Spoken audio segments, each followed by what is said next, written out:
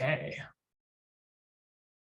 Awesome. So here we are. So tonight we're talking about DesignOps. So fast growing discipline in Canada and the US, but what is DesignOps exactly? What does it look like without a dedicated team? Whether you're aware of it or not, chances are you've probably done it in some fashion. And in this session, Jadyn is going to touch on DesignOps foundations, what it may look like in your day-to-day, how it can help you scale your design practice, further amplify the value that design brings to your customers and your organizations, and potentially open up new career opportunities.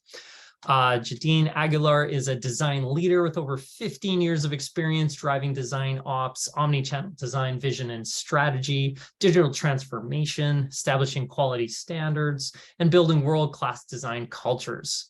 She's currently the head of design ops at Gusto and responsible for driving a holistic effort to create an environment where product design value is augmented, deliver quality experience for Gusto's customers, organizational partners, and businesses. So without further ado, I will stop sharing my screen and pass it over and welcome Jadyn.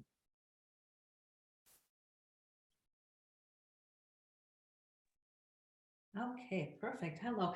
Thank you so much. Thank you. Can everybody hear me okay? I'm hoping that I am being heard. Yes, lovely. Lovely. Well, thank you so much, everybody, for being here. Thank you so much for everybody at DesignOps for this awesome opportunity. I'm really excited to share this space with all of you today. And I appreciate the fact that you're taking your Tuesday afternoon and spending it with us. So thank you so much for that. So around 6 years ago, I was an art director at a Vancouver agency called Noise Digital, where I used to direct photo shoots for Ferrero Rocher for campaigns and digital experiences that we did for them. Now, in my first shoot, it was 3 people, 1 camera inside a home decor store. And these are some of the shots from that day. And you might not see it from looking at these photos, but things didn't go super smooth that day. We were scattered because our shot list was very unclear. There was miscommunication about like who was going to do what lighting, where we were shooting what, did we need to bring props? There was bumpy coordination with the actual store owner that allowed us to shoot in their store. And when we got to post-production, it was really difficult to map the content that we shot to the intended application and the copy and so on. So I wanted to make sure that I took these learnings, that it didn't happen again, because it did not feel great. And so I took those learnings and I got to work. And when the next shoot came along, we were prepared. We created new templates for our shot list, how we sourced talent, how we scouted our locations, where the content would live post-production, and how we prioritized that work, all of it. It was all done in fantastic collaboration with all our producers and other designers and our creative director. And that led to a much smoother shoot that allowed us to capture even more content that we did the first time around. And if we fast forward 2 years later, at one of my last shoots, I directed a shoot in one studio with 3 simultaneous sets and over 25 crew members. And that was a huge jump. It was a huge jump from the first shoot that I had with those 3 people to now organizing this really large shoot with so many other folks. And it felt great. Everybody was happy with how smoothly things went. The client was over the moon with the results, and all the iterations that we did throughout those 2 years together, and the success that we saw. And at the time, I didn't know it, but when I was optimizing these processes, what I was doing is I was doing operations. So looking back, I just thought I was optimizing how we worked. I just thought that I was helping my team be more efficient. But when I found out that there's a fully established field that focuses on this and so many more other things than this, well, that was it for me. I needed to know all of the things. I needed to learn all about design operations. So I want to dig a little deeper into what this may look like for you. What are some of the things that commonly get between you and your design work? I would love to hear from the chat, drop it in the chat, maybe some first things that come to mind, like what are the things that create friction in your design process? What are maybe some of the administrative tasks that you have to do day to day in order for you to be able to do your best work?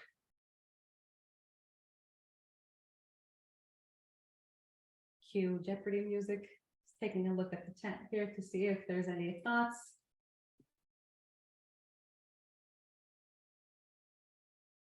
Hello, hello. Dealing with Jira shenanigans. Yeah, that's a good one. Time to spend on templates and documentation. You're too busy doing the work and it's hard to stop and actually work on these things. Finding assets. That's a huge one, right? You're tracking all these things down. Who does what and when does this need to be done by? So all of these, fantastic. Thank you so much for sharing this. You know, what this goes to show, yeah, reporting progress to an executive, like that stakeholder engagement and communication, somebody has to do that on top of the work that you're doing in your day-to-day. So thank you so much, everybody, for chiming in. So there's always opportunities to gain operational efficiencies. We can see it from your answers in the chat, be it from a creative and asset management perspective, for the product itself, from a researching and recruiting participants, whatever it may be. As soon as we start to gain efficiencies, new inefficiencies flourish. And it's much like a product. It's a never-ending journey. And, you know, some of the most common inefficiencies include a lot of the things that you're talking about, right? Like finding that source of truth, finding that documentation, that communication gap. Who am I supposed to work on this? And who's in charge of this part of the product? And oh, we've got this like tool that we use, but it doesn't really meet our need anymore. And we need a different tool, but which one is it? Who is the person that goes and looks for this new tool? All of these things, right? And it'll look very different depending on your organization, on your size, and the maturity of your team. So when we think about how design operations can help with these inefficiencies, it's because DesignOps is service design for your design practice. And depending on who you ask, some minor differences in language are used, but fundamentally the goal is the same. Design operations is here to make design teams efficient and amplify the value that you bring as designers and the work that you do every day for your customers and your business. So if you take a look at Nielsen Norman Group, they define DesignOps as the orchestration and optimization of people, process, and craft in order to amplify the value that design brings and the impact at scale. It talks about how are we working together. Some of you spoke with in the chat. I'm taking a look at like, yeah, who does what and how do we collaborate and how do we work together, all of that organization, all of that, how we work together. It's how we get the work done, you know, how we create standards and how we create harmony in our collaboration and how we prioritize the work. When you talk, Dave, we talk about finding time to spend on templates and documentation. That all speaks to like, let's find some prioritization, some room for you to spend that time doing those things. And how work creates impact, how we measure the work that we're doing and the impact that it's creating, how we're socializing that so that people beyond our team are able to understand and see the value that design is doing every day, and how we enable the best out of our designers and the design team, how we make sure that people are able to do their best work. And the reason it's so important for us to talk about design operations is because it's a mature and established field with vast potential in Canada. So the DesignOps Assembly and Joint Frontiers, two design communities in the States, created a report for the status of DesignOps in 2022. This is fresh off the press. This report came out last week. There was a watch party. It's all the rage right now.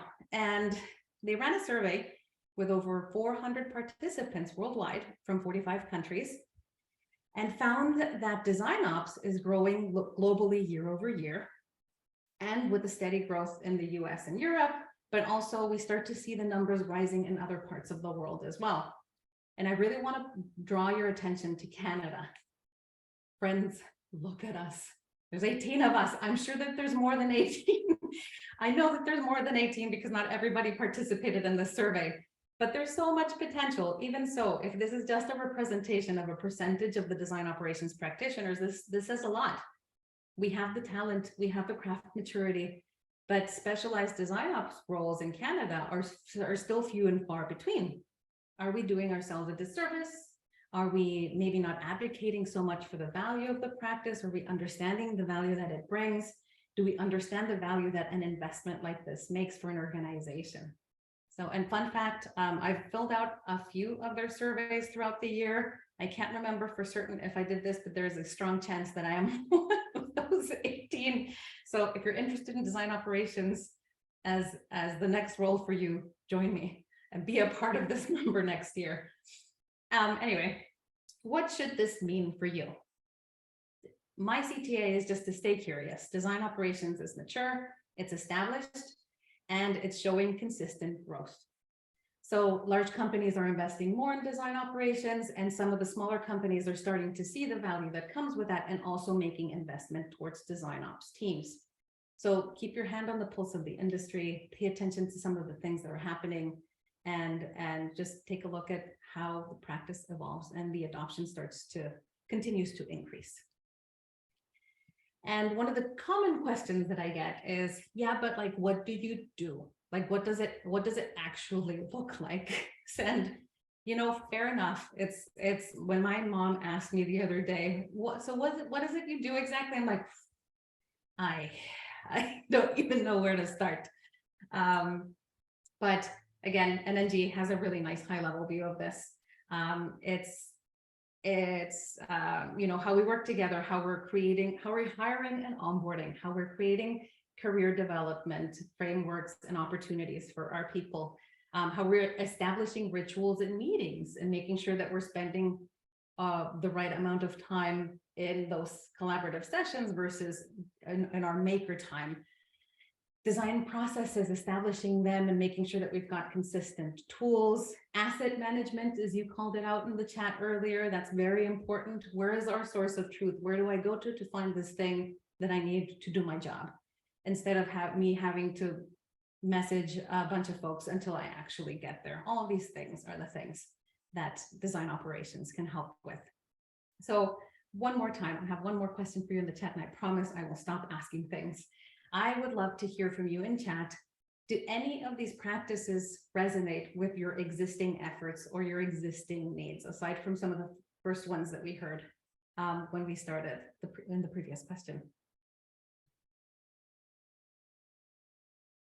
Is anything here? Yeah, asset management. Yep. Anything else?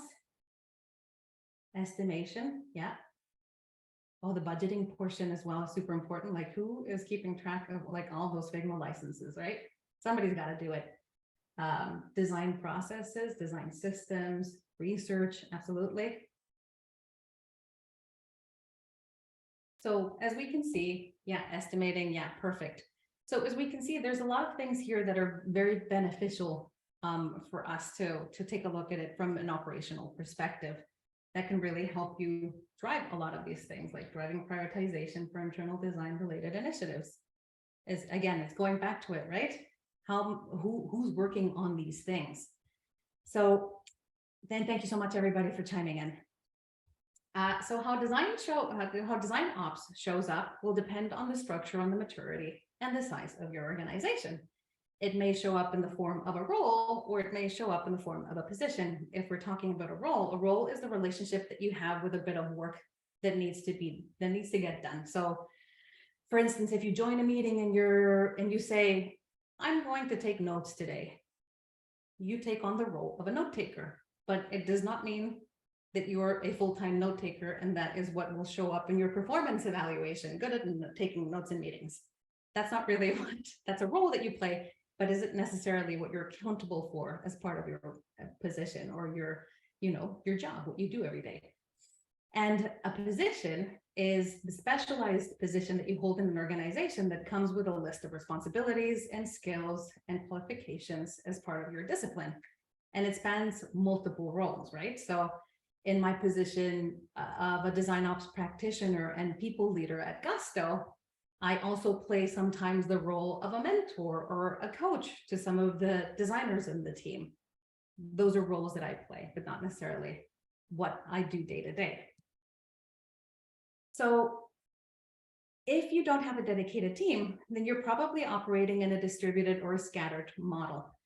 It's a role that you play, but it's not a dedicated resource. And like you said, it's something that you kind of do off the side of your desk. Like, I need time to create these templates, but I really need to invest that time working on the product and delivering that customer value.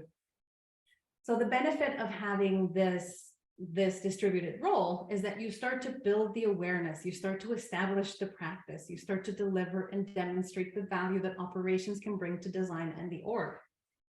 It also creates a lot of autonomy in defining processes and onboarding tools and solving unique problems for the size and the structure of your team. And it's easier for you to right size the amount of effort that you need to spend on operations based on your existing needs. Some of the watchouts, though, that I would like to call out is it's unsustainable to scale after a certain size. The things that work for you in a team of 5 or 15 now will not work for you when you get to a team of 50. It's very tailored to the specific problems that you're facing at the time. And also, progress can be very inconsistent. Again, if it's something that you're doing off the side of your desk, if you're having trouble prioritizing this type of work, then it might be considered glue work. So if you're not familiar with the term glue work, it's work that needs to happen to make the team successful, but may not be a part of what your role requires you to do. So for instance, and it's also, there's a risk here in terms of it potentially not being considered a promotable. So for example, in a performance review, you may be perceived as not meeting expectations if you spent a lot of time filling in some administration gaps while you backfilled a PM role and aren't really delivering on the customer value. Yeah, you did all these great things when we were hiring for that PM, but what was the impact that you delivered on your product, which is the role, this is the position, like you're a designer. What did you design, right? So it's really important to make sure that we're paying attention to those things. It's important work, but make sure that you're setting clear expectations with your peers, with your managers, to make sure that that's not, you're not caught in that. And ladies beware, studies show that this tends to hit women the hardest. So again, this will all depend on your organization and the expectations of your role and what's written in your career framework and job description. Now, if you have a design ops practitioner or a team, then you have dedicated support, right? You've got specialized support. That's a specialized model. And that design operation team acts as the backbone for the design organization. They are the ones, or we are the ones, that remove that friction, that we take those things that are creating that overhead. I will go and create these templates. I will go and define these standards or define these processes, because that means that it opens up the space for you to deliver your best work as a designer or a researcher or whatever your role might be. You are able to deliver customer and business success more easily because we've reduced the administrative overhead on the things that you were trying to do off the side of your desk. And you're able to enjoy a personal and professional growth because you're able to focus on the craft, which is always really fantastic. We always talk about how we want to make sure that we're developing our own skill sets. And so how can DesignOps help you scale? We've been talking about scalability here. In order to scale your practice, DesignOps can remove the friction that gets in the way of you solving the design problems and maximize your time actually on the problem, your maker time. It establishes a shared source of truth that removes ambiguity around your quality standard. Everybody understands what the bar of quality is if you've got these centralized resources that you're all able to share with each other. And then you can also leverage it to pave a future-proof road that grows with your team. So really what it does is, in terms of your practice, it helps you focus on the things that matter most for you and your role. And in terms of what this means for the impact that you make, applying human-centered systems thinking within your organization will open up opportunities beyond your product deliverables. So as designers, we have tools in our tool belts that are valuable assets to all of the organizations that we're a part of. Our peers start to recognize that as well. They recognize that our empathy, our ability to think holistically, and our design principles and our skills needed in other areas of the organization. If you think about employee experience or company culture, just to name a few. The more efficiencies you gain, the more you'll see the results through the design quality, the retention of great people, the growth of your team, and operational excellence. So for example, at my role at Gusto, one of the first tasks that I had when I joined the team was to support defining our career framework, as well as revamping our entire design onboarding process. We had already captured a lot of really fantastic feedback from folks that had recently joined and that were looking to grow within the company. So we put that into action. We set up like a very defined, very clear as we could, career framework so that folks had a really clear understanding of what growth meant for them. And we've gotten some really fantastic feedback from folks that have been using it. And now our operational peers across the organization are constantly reaching out and saying, hey, can I use that framework? Because that's working out really well. It's well laid out, it's understandable, it's clear, people get it, people are using it, and we're hearing good things. Can we use that as a framework as well? And absolutely, I love that. That's wonderful. The fact that the work that I did or that I contributed to created impact beyond the design organization, I'm now starting to potentially impact other careers of other people across the organization. And that's wonderful. That's really great. It's reuse over reinvention. If we've got something, you set a good standard and people are able to reuse it, why not? It creates consistency and so on. So really, there's a lot of really fantastic benefit to showcase that value outside of design, inside and outside. And the level of impact is multifaceted. So some of the ways that impact could show up for people, for instance, again, there are clear growth paths and career development frameworks. We've got educational opportunities that we're opening up for folks to make sure that you're able to develop your skills in your day-to-day, building a stronger sense of community and belonging, having really shared language so that we're all talking in the same way with each other, and clear collaboration models, for instance. In terms of craft, it allows us to create really established and purposeful rituals. We can share standards and principles, share processes and methodologies, establish and working really closely and establishing research operations practices as well, tool onboarding and focus training for folks to make sure that you have the skills or the knowledge that you need to maximize the use of the tools in your day-to-day work. And from a business perspective, it's increased awareness of the value that design brings through clear metrics.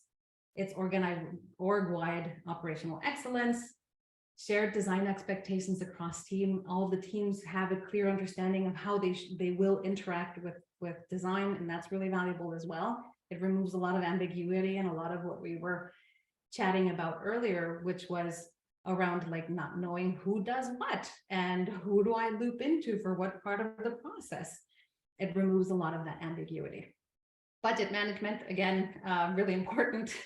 And design advocacy. You start to create a lot of advocacy from your peers. We've got engineers and PMs and data scientists and legal and all of these different folks from across the organization advocating for design because they see the value that you brought and the quality bar that you are setting.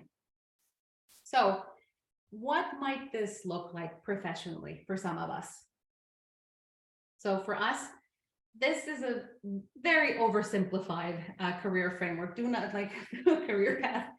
Do not think that this is a real one that is somebody's applying out there as an oversimplification, but it helps paint a picture.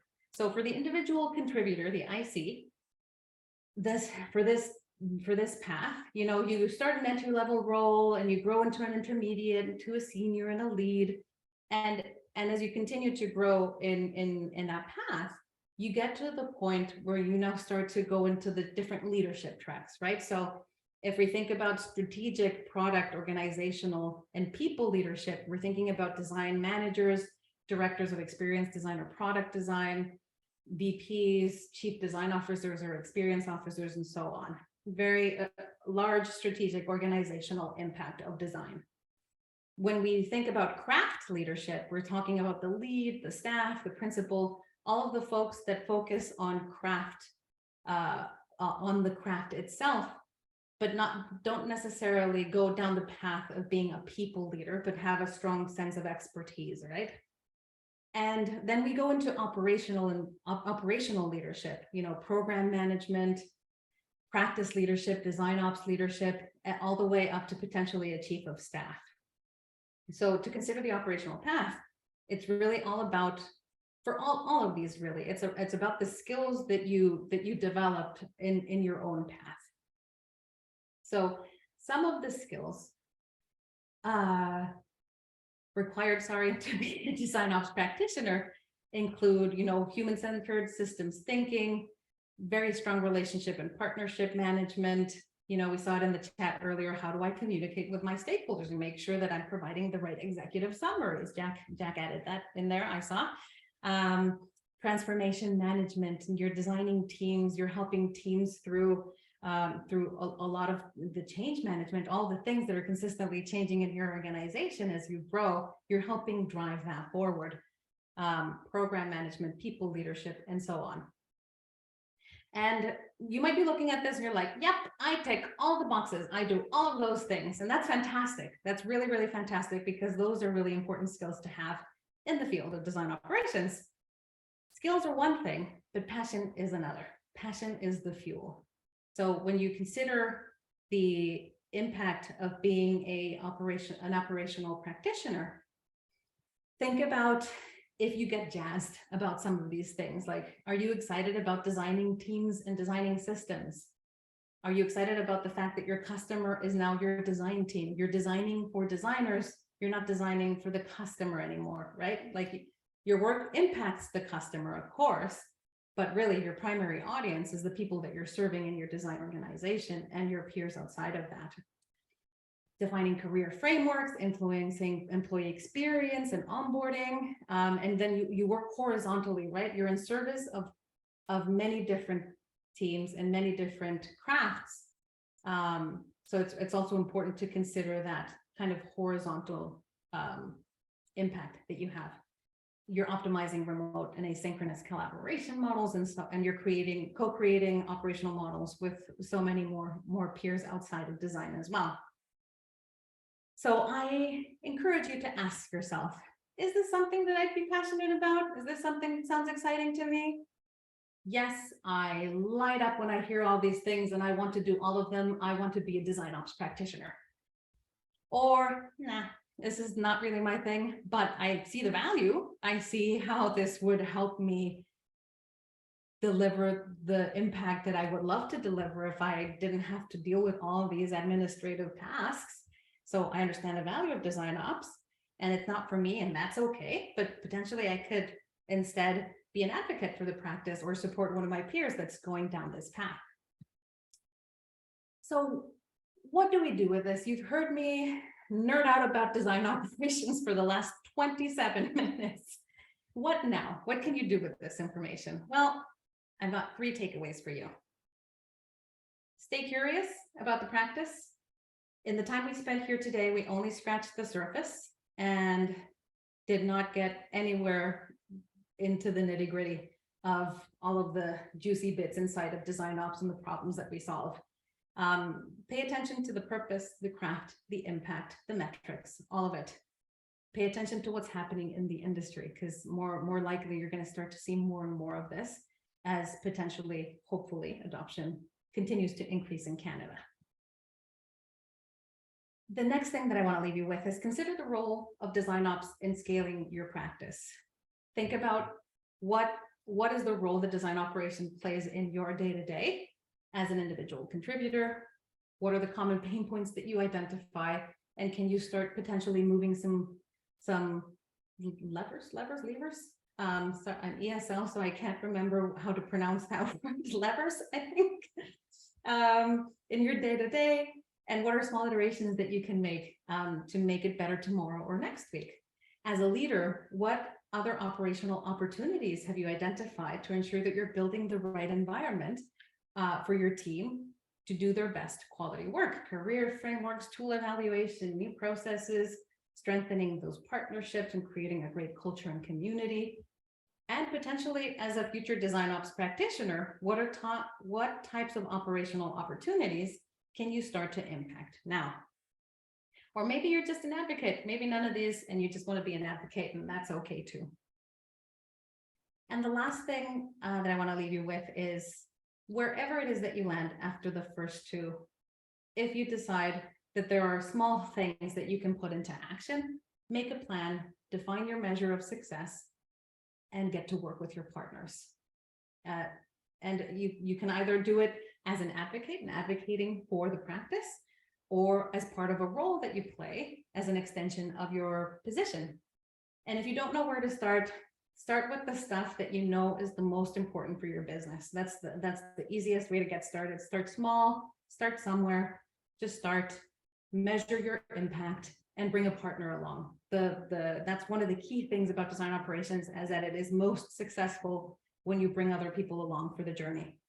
Iterate, share progress with others so that other people can benefit from the great work and learnings that you're gathering, and so that other people can also contribute to your efforts by being a part of that with you, or by providing a different perspective that you had maybe never even considered to be a blocker for somebody else. And once you get started, the value of your efforts will speak for themselves. And that is all I have for you today. Thank you very much. Gracias. And I'll pass it over. We can start some questions now, Dave. Awesome. Thank you so much, Jadyn. That was awesome. There was one question in the chat posted earlier, so we could probably start with that. But for everyone else, if you have questions for Jadyn, feel free to either put your hand up, type it in the chat. Chat's probably the quickest way. So this was from Dante and Dante Guinto. So there's like a three-part question, I think.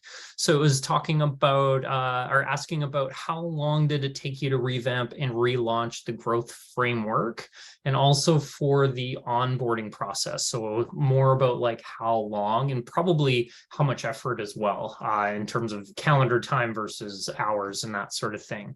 And then the last piece of the question was around context. So tackling these on their end. Also appreciate like how did you measure how successful you are. So if you can comment on success metrics.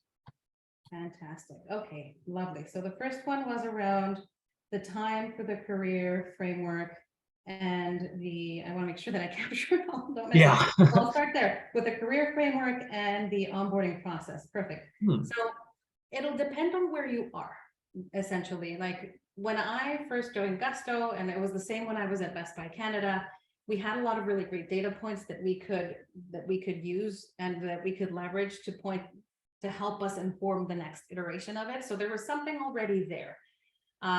In terms of grabbing that information, digesting it, and then having an output that you can put out to the world and test, that probably maybe took around, I want to say like a month probably. And this is weaved in between different types of tasks. So again, it'll depend on the complexity. In 1 month, we were able to create at Gusto career frameworks for 4 different types of positions within a month, between a month or 2. And for the onboarding guide, it was a little bit faster because again, we already had an onboarding guide. We were getting the feedback for teams saying like, oh, is this maybe these things are maybe unclear. There were maybe some dead links here or there. How do we make this more evergreen? I would get a lot of benefit if my onboarding guide included X. So we started to gather all of that. We had a foundational one that we were leveraging, and we did the next iteration of it where we applied all of those learnings, and that probably took about a week. So again, it just depends on the amount of data that you have, on the types of artifacts that you've already created that you can start off from, or if you need to start from scratch. If you need to start from scratch, then I would anticipate it will take longer. So hopefully that answers that question. If not, please let me know. And then there was the third part was around success metrics. So how did you know how well you were doing, and how did that feed into, I guess, continued growth? Yes, absolutely. So a lot of it, the metrics will depend on the type of initiative that you're working on. In this case, if we talk about the career framework and the onboarding guide, it's really around feedback, the feedback that we've gone out and asked people for. We go to designers, and whenever I have one-on-ones with folks, I'll ask like, hey, how's it going? Or they'll bubble up the feedback to like, oh, this thing isn't clear. This was super helpful. Thank you. So they will naturally bubble up that information to their manager. And that manager, I ask them, like, give me the feedback. I want to hear how this is working. So that's a good measure of success, is how is it impacting the folks?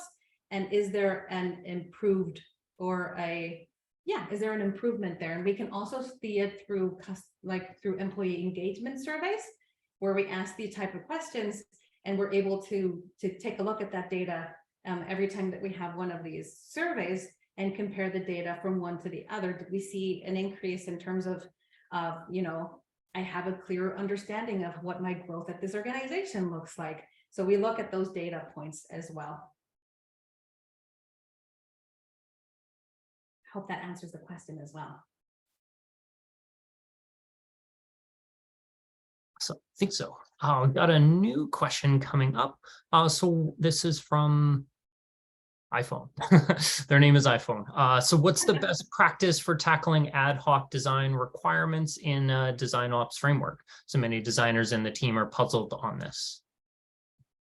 What's the best practice for tackling ad hoc design requirements in DesignOps framework? Many designers in the team are puzzled by this. Can I ask iPhone to provide a little bit more, more context, if that's okay?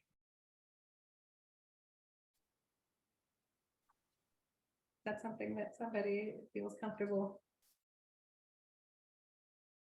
No, I'm trying to make sure that I answer this in the right way. Best tackling ad hoc design requirements. Are we talking about you mentioned design requirements and design operations framework? I'm trying to get clarity what you mean by that. Or Dave, do you have any thoughts on what that might mean? Yeah, I'm not sure. Oh, sorry, So can't sorry, I would love to answer that question. I just need a little bit more clarity to make sure that I answer it in the right way. If you want to shoot me a note afterwards, I am more than happy to answer that. I've got one question for you. Yes. How after getting over sort of, and maybe you're still in the midst of this, but after getting over maybe the initial hump of a lot of the framework and getting that established, how did you find that your priorities of the role in which you focus on changed? Constantly. Yeah, absolutely. So it all depends on where the maturity of where your organization is and the needs lie. So as soon as you start to create efficiencies in the things that are most visible, then that will speak for itself. Like either we've moved the needle, and these are the places where we've made some really great progress. Let's test that. Let's iterate. Let's pay attention. We've launched something. We're going to pay attention to it. Let's pilot it and see where this takes us. And while that's happening, then new things start to bubble up and up to the surface, where we're able to have really meaningful conversations with other design leaders and like, what are the common themes that we're hearing now? Is this still relevant? Or maybe that was solved because we were able to launch this other template, or we created this documentation on a clearer design process. Great, this and this were kind of solved with this. What we're really seeing now is people really wanting to consider like onboarding a different tool, or how do we capture design debt now that we've got a really clear design process outline and people are testing it out, but potentially, how do I capture design debt, and how do I get it prioritized, and how do I make sure that when I approach my PM and my team, everybody understands the value that me prioritizing this design debt would bring? So is that what we should focus on next? So the roadmap is really constantly evolving based on the immediate needs of the team, but also thinking in advance of like, okay, well, maybe our immediate need right now is not revamping this particular part of the process, but it will be important when we hire these other 5 people. So let's prioritize it now and get it ready for when these new people join. So it's constantly shifting and being informed by what we're seeing that the team is highlighting as an important need. Awesome. Thank you. All right, we've got some more questions in the chat here. So Rob asks, what's been the biggest challenge for you in moving to Gusto? Oh, that's a good question. I don't know. I don't know if I've faced a really big, like, I think the biggest challenge, yes, the biggest challenge has been that the majority of my career has been in Canada. And this is the first time that I work for a US-based organization. So that was probably the biggest adjustment, is when I was really excited about the role and I decided to join the team. For me I was very curious about, like, culturally, how is this going to look? And is it going to be different? Because all of my life I've worked with only Canadians in Canada. What is this? How is this going to change when I start working with my US peers? And I think it was more just in my head, just because of the ignorance. Like, I had no visibility. I had no idea what working for a US company looked like. But what I found is that people are just lovely. Like, everybody that I work with at Gusto is in service, is wonderful, is helpful, is collaborative, is supportive, in the same way that I've had the good fortune of working with people like that in Canada. So I think it was more me getting outside of my headspace and kind of squashing down those, like, I don't know if they're insecurities or uncertainties of, like, how's this culture going to be different there than here? But I found it was just equally as lovely. Awesome. Okay, cool. And then the next is Nicole. No, I actually see her face on my film strip on there. Do you want to unmute and ask the question directly? Yeah, this has been great. Thank you so much. I was just wondering, I am actually a design operations manager myself, so it was nice to hear sort of my feelings echoed in a lot of things that you said. Definitely passion for helping designers. I'm wondering if you can recommend any resources for what's going on in the industry, because I'm always looking to connect with different ops managers and learn from them and see, like, how can we help each other? How can I learn what you've done to help my own practice grow? Thank you so much, Nicole. That's a wonderful question. I was chatting with Dave about this right before this. I'm like, I've got all these lists of resources. How do I share them with everybody? So I have an answer for that. I've got a list of links that I can share with all of you. Dave mentioned that the Vanui folks are able to share that with everybody out after the session, but there are multiple communities out there. There's the Design Operations Assembly is one. Rosenfeld Media has another design ops community as well. There's a Friends with Figma design community as well that's getting a lot, like, there's a lot of growth, and you can see them very active on LinkedIn.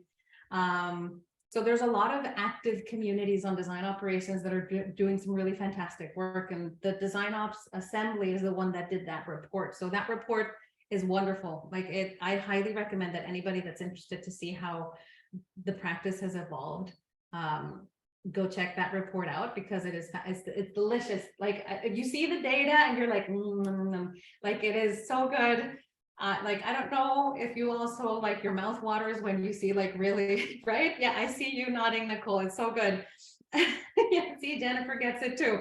So it's delicious to see all of this wonderful data that makes it very clear, paints a clear picture of kind of where the practice is going. And they share such wonderful insights in that report. So I highly encourage folks to check that out, and we'll share the rest of the links as well. So hopefully that helps. Yeah, I'll send it by email to everyone that attended the meetup today, just through the RSVP list.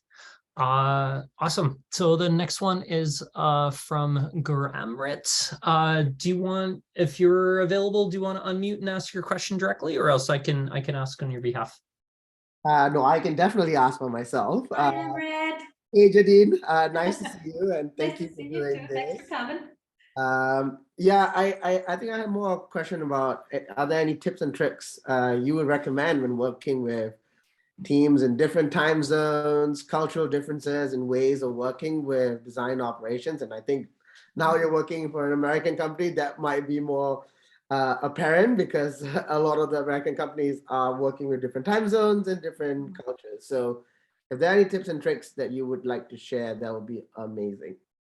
Yeah, absolutely. I think some of the tips that I will oh my goodness. Yeah, it's been a day, everybody. Thanks.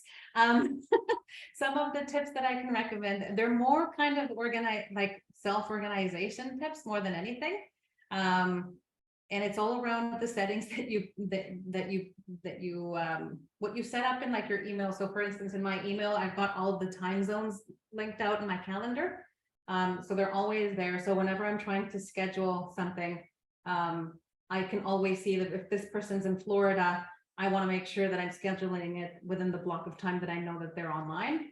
Or also we encourage folks to block off like the outside of office hours time. It depends on your email client. So that comes in super handy because I can always say like, Maria is one of our, hi Maria, I'm going to pick on you, but Maria is one of the gusties that I work with. So if I want to have a meeting with Maria, I'm able to go into the calendar, see Maria's time zone, and then make sure that I schedule time with her on that time, at a time that's convenient for her. And the same goes for Slack. We use Slack, and in Slack, you're able to kind of turn on and off certain things where people, like you turn off notifications after a certain time. So I think it's in the culture as well. There's a lot of efforts that are being done to make sure that we're collaborating in the right ways and that we're being mindful of it. But I find that if you build it into the culture, we're like, hey, it's just the reality. Somebody's going to be online at 3 p.m. Pacific time and somebody is not, and that's okay. So you have to be mindful of making sure that you maximize the time that you're able to overlap. Is be very mindful about how you can use it that in the optimal way. And like, for instance, I love to block off time, like my focus time, the time that I spent on my actual work. I do it outside of those core working hours where there's most overlaps, so that I guarantee, like you can see it in the calendar, like all my evenings from like 2 to 5 tend to be on the lighter side. And I normally just have meetings with folks on the Pacific side. And all of my other folks on the Eastern side, like I have earlier in the day. So just some considerations. Hopefully that helps, Amrit. Awesome. Cool. We got another question from Adrian. Do you want to unmute yourself if you're around and still here? Yeah, and ask your question directly. I'm here. Perfect. Hi, Jadyn. Hello. My Hi, question, Mary. yeah, Mary's here as well. So we both worked with you when you were, of course, doing design and art direction. And so now that you've moved into a design ops role purely, just wondering what, if anything, do you miss from the other side, the design and art direction side? That's really interesting. I love that question, Adrian. Thank you. A lot of the time I get the question of like, don't you miss designing? Like, is there something about like designing and being the person like in that time 6 years ago when I was behind the camera and helping, art direct these shoots? It was super fun to have like these. I missed the in-people interactions around that time, the being able to be on a set the entire day, and those things were like, we just had so much fun. It was really lovely. But in terms of like design, it's really interesting because people think that I don't design anymore. But what I'm designing is just different now. I design for designers all the time now. I'm doing service design. So I design different things. I design systems, and I design teams, and I design all these other types of things. It's just a different type of design. So I would say, yeah, I missed like the fun that we had on set. I miss those types of like outings and the in-person interactions and the different type of creative problem solving. Those would be things that I would miss, but I'm still designing, so it still feels familiar and it still feels good. I still feel like fulfilled from a design perspective. Thanks, Adrian. Totally get that. Thank you. Awesome. All right. We got some clarification from iPhone. So it says we have an existing design process to prioritize initiatives and roadmaps. So worked well for bigger initiatives, but for smaller stories, so that's probably the ad hoc requirements that are coming up. Okay. But bug fixes, minor enhancements is not reflected in the roadmap. It takes designers' efforts to complete it, competes with initiatives in the roadmap. So are there framework kind of suggestions on sort of tackling that? Yes, absolutely. So I think I've seen different organizations tackle this in different ways. I've worked with orgs where sometimes there's just a part of the, let's say if you're working in Agile and you're working within a sprint, to make sure that you're reserving a specific time within the sprint, like a specific story size, for instance, for these ad hoc type of requests. So that's one way that you might be able to do it, just to work with your team to like anything that you put in place should be something that works with your existing operating model. If you're working in a very specific way and you try to introduce a new process that isn't necessarily aligned with how you currently work, that is going to create maybe too much friction. So making small adjustments to the way that you currently operate are going to potentially open up the space for you to try different things. So like I said, one could be if we're working in sprints, if you're working with story sizes, you might be able to create a specific story size for specific, like for that type of work. Other teams do it in like the form of a hackathon where they're like, hey, you know what? We're just going to spend the last Friday of every month, all of that afternoon, we're just going to spend it working on these bug fixes. That's all we're going to do. We've got our little list of tech and design debt that we have to get through. We create a priority list and we just do as many as we can. So it just depends on how you operate and what might work for you. So I would encourage you to have that conversation with your peers. Like it'll impact your PM, your engineers. It'll impact everybody in your team. Have that conversation and see, okay, would we be willing to try this, or we would be willing to try this other thing to see, so that you can test it, right? Design operations is iterative. It's in the same way that you operate with your day-to-day work.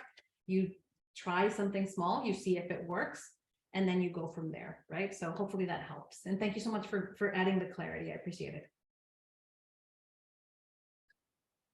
Awesome. All right. Any other questions from the group? These are great. It's a really engaged group. I love it. Any other questions for Jadyn?